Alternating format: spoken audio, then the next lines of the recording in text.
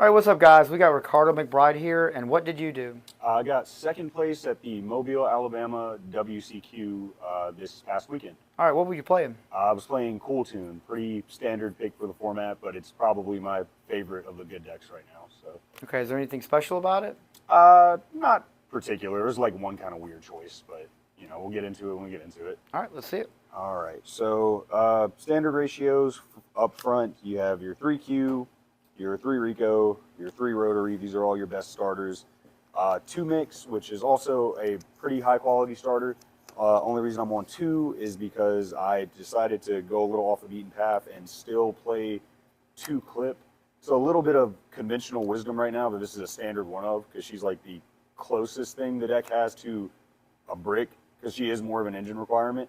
But honestly, she's really not as bad as a hand traps people make her out to be. If you have her in combination with Mix or Rico in an otherwise engine heavy hand, she can be pretty solid. And given that the deck doesn't have a lot of pushes, she's bad when she's bad, but when she's really good, she's really good. That's But fair. moving forward, I've considered cutting her down to 1 for a potential just extra non-engine or like an extra starter because I think my list is 19 starters and 20 non-engine.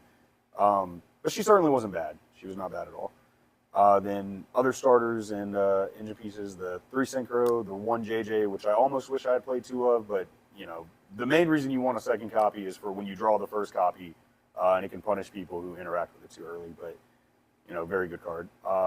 Double Duelist Genesis, which is why I'm not on the 3rd clip. I decided to play 2 of these instead of a 3rd of these because it's just like a much more powerful engine piece. Because it can either be this or this card, and this card got limited. So, and then 1 Prosp to fill the other spot that used to be another one of these. Those are all the engine cards, and then for the non-engine, also relatively standard at this point.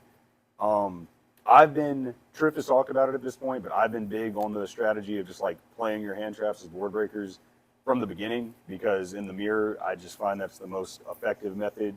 And honestly, against a lot of the decks in this format, they don't really stop even when you triple hand trap them. They almost always put up something. So unless you can find a choke point, I found it's better to just play them as breakers. So that's why we're on the 3 Harmonia, the 3 Ghost Spell, the 3 Ash. This one's a little bit of a unconventional choice. Not everybody does it, but 3 Fua. I actually enjoy it a lot. If you play your cards correctly, in a lot of combinations, it's still a good 6th card if you don't like use this on their turn, and it'll usually net you 1 to 2 draws on your own turn when you're playing into a board. And if you use it on the first turn against the mirror, even though it'll only get you like 1 draw, it makes them end their board in a pretty awkward fashion, which just gives you more room to play into it. So I don't mind this guy at all. And then there's like more FTK style decks in the format that kind of acts as a linchpin against. So I'm a big fan of it. Only 2 Valor, which really, if I could, I would play 0. This card is kind of horrible, but a lot of times drawing her, she is your best extender because, if you didn't see Rotary, because it's just a level 1 tuner. But I do side this card out going second every game because it's very weak. Yeah, you lose most time. Won most of my games where I was going second. I only won 1 die roll in that tournament. But I think a big part of that was that I did not draw this very often. And the times that I did draw it and had to use it, thankfully my opponent's hand was kind of weak, so it was able to get there. But yeah, you play it because you have to, not because you want to. Double Fallen in the Virtuous, this is becoming more standard. Big fan of it. Again, just the board breaker approach. Pretty much all of these cards act that way except for Valor, which is another reason I'm not a big fan of it. It's the worst, like, 6th card in your deck almost every time. But this card's phenomenal. 1 Ogre, which is mostly to be summoned out of the deck by Q when you're playing against a branded board. I played against a couple branded decks, but I didn't get to do that because the times I was playing into branded boards, I was very light on engine, so I had to play my hand in a way I kind of didn't prefer. And that was my 1 loss of the event. It was to my friend who won the event on Dracotale branded. And I should have won those games. It wasn't a deck issue. I just messed up. So, it is what it is. The 1 Forbidden Crown, which I really enjoy, I think is very strong, but this is like a flex spot between either Crown, Called by, Talents, really powerful one-ofs. I'm not playing more of it because in the mirror, you don't ever want to like open one and then have another one stacked to the top of your deck. But very good going first and very good going second. And then one imperm just as the last piece of non-engine. Again, solid enough 6 card, and it can either be a breaker or just be used as a hand trap if you have to in combination with the rest. So I really like the list. I didn't have any issues with it. And then extra deck is by and large pretty standard. It's the 2-track maker, 2 mix, 2 RS, which a lot of people are cutting down to 1, which I see a lot of value in.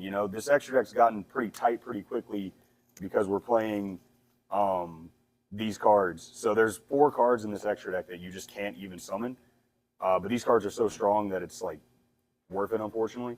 And I do see the reasoning in playing one of these, but I've had 2 copies come up pretty much constantly, so I don't know where I'm going to go on that. 1 crackle, which is technically cuttable, but in one of the games I should have won against Dracotail branded, this would have been the way to get there. I would have had an OTK line with hidden back-to-back, but I messed up, so it is what it is. The 1 loudness war, which sometimes I wish I had 2 of. The 1 back-to-back, which sometimes you wish you had 2 of.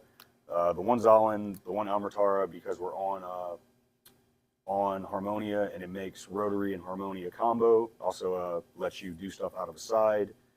The Malong and the Wind Pegasus, because they're the only good targets for now for Harmonia.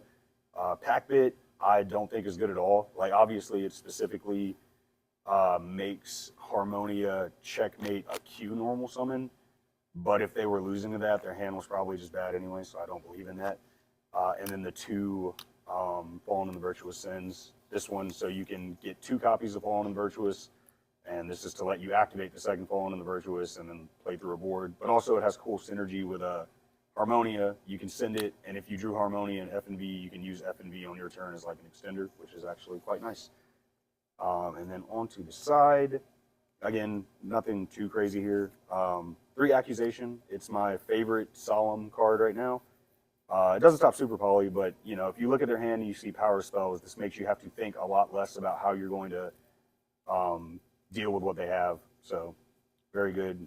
Answer talents, answer droplet, unless they send a trap, which is very unlikely. Reframing for the line game 2s or 3s when you are going first. You go through Amatara, and instead of ending like Zalin Remix, which is the standard play, you end back-to-back.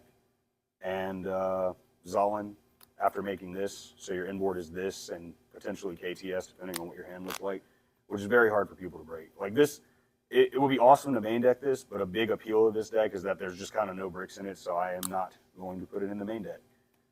Then, reinforcing the breaker strategy, we're on double thrust, double lightning storm, and a duster, which are mostly, I think, somewhat mandatory because people are really big on playing solemns like warning and judgment, and you can be really punished by those because your synchro effects won't trigger if the summon never happens. So you kind of have to, a lot of games you just kind of have to have these to win going second, like game 2. Talents, for us, is also a good going first card if you think they're going to side into hand traps. Droll for the decks where it's necessary, and then weird ratios. There's 1 Perulia, and then double Imperm. These are all kind of for the same reason. The more like FTK-oriented decks in the format, you just shove these in and side down a little bit on engine and your specific board breakers and hope you can live and put them on a half war or something and win from there. But overall, the list was really good. I liked it a lot. But there's still, plenty of time before Nats, and it'll probably go through some changes before then. Any interesting matchups you had? Not terribly. I played against Elf Note branded, not branded Elf Note branded. It was like a really huge branded package. That deck was actually really nice. And then other than that, it was pretty standard stuff. I think my round 1 was Sky Striker. I can't remember what my round 2 was. And then I played 2 Elf Note back-to-back. Dooms. The Elf Note branded, like I mentioned. My friend, again, who was on Dracotail branded. Oh, no, there was one interesting matchup in the last round. Unfortunately, this guy got paired up at X2. He had no side deck, by the way. I kind of want to get a deck profile for him. But he was playing Dino Pile, and he did this crazy inboard where he ended like double Astero with Astero Engrave and like a Verudrus. The board was honestly insane. I did lose that die roll, and I did manage to 2-0 him. I think my hand was just really, really good, but that deck was actually really neat to see. The Jurak cards are surprisingly good. So, Okay. yeah. You got any shout outs?